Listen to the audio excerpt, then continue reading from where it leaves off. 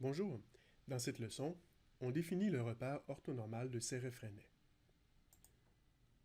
Il s'agit d'une base orthonormale de l'espace associée à une courbe paramétrée. Étant donné une courbe C définie par une fonction vectorielle R de paramètre t, on définit les vecteurs suivants associés à la courbe. D'abord, le vecteur tangent unitaire qu'on obtient en normalisant le vecteur tangent R'. Ensuite, le vecteur normal unitaire qu'on obtient en dérivant le vecteur tangent puis en normalisant.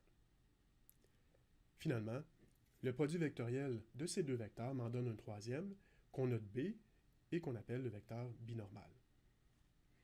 Dans une leçon précédente, on a démontré que les vecteurs t et n sont orthogonaux.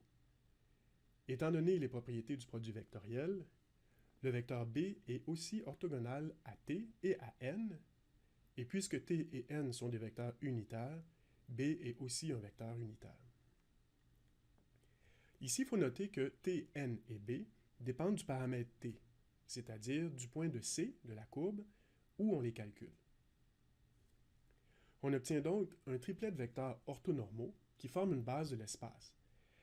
Cette base de l'espace dépend du point où on la calcule, et c'est pourquoi on appelle ce repère, qu'on appelle ce repère de Serre-Freinet, on l'appelle mobile, c'est-à-dire qu'il varie d'un point à l'autre le long de la courbe, ou encore, on a une base orthonormale qui varie selon les points d'une trajectoire représentés par la courbe C. On note que les vecteurs t, n et b respectent la règle de la main droite et donc t, n et b forment une base de l'espace qui est orientée positivement.